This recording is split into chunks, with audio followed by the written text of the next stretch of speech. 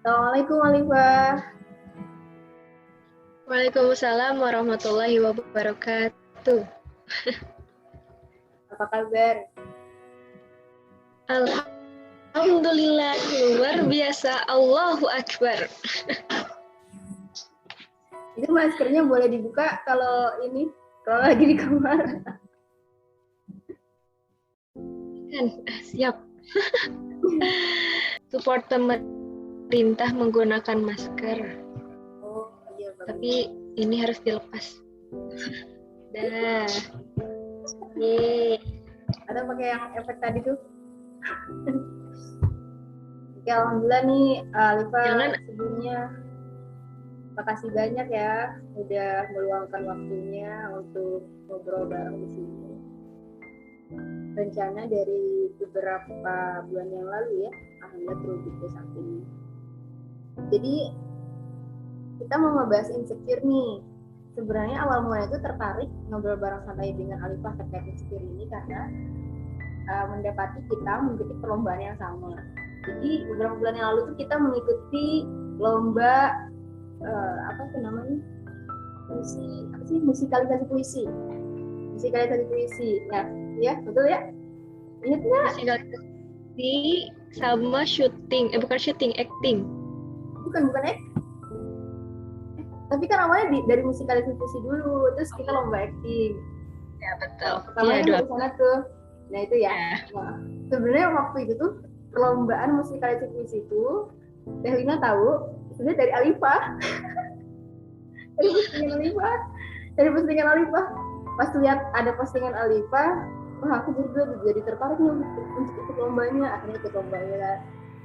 Tapi waktu itu kita belum komunikasi intens ya, maksudnya nggak komunikasi banyak waktu itu. Nah baru pas perlombaan acting barulah kita komunikasi kayak gitu. Lina minta ajarkan ke Alifah.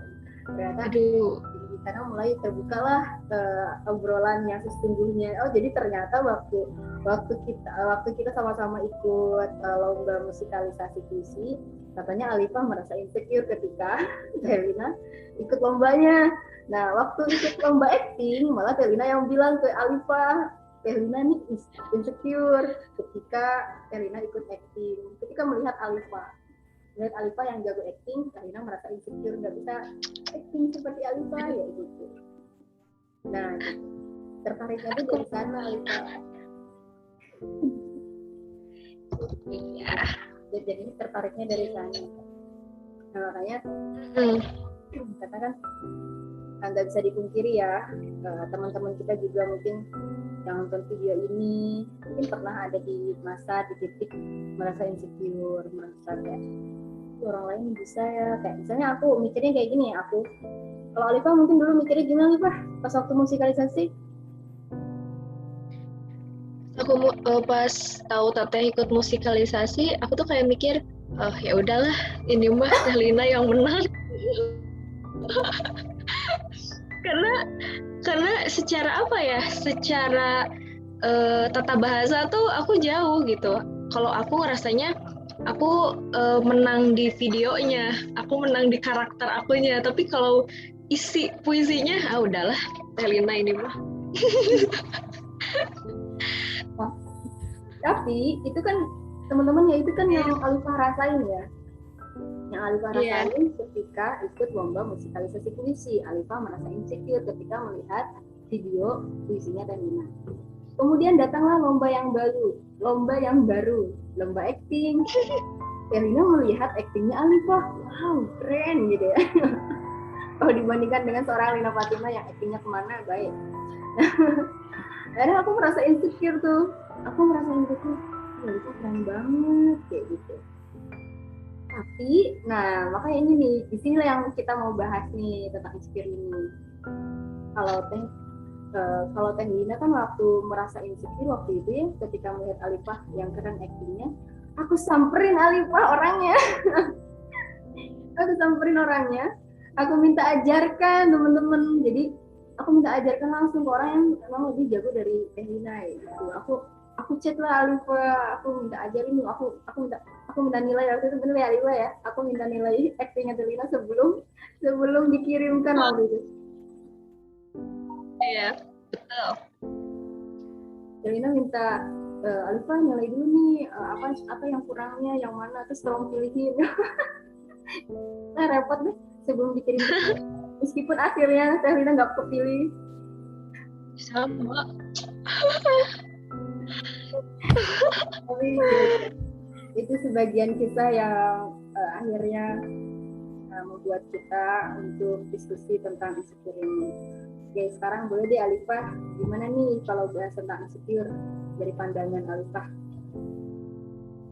Oke, kalau dari aku sendiri, insecure ini tuh bisa dibilang jadi kata yang lagi hype gitu. Bahkan dulu tuh memang udah keangkat, tapi sekarang tuh lagi naik lagi. Karena apa?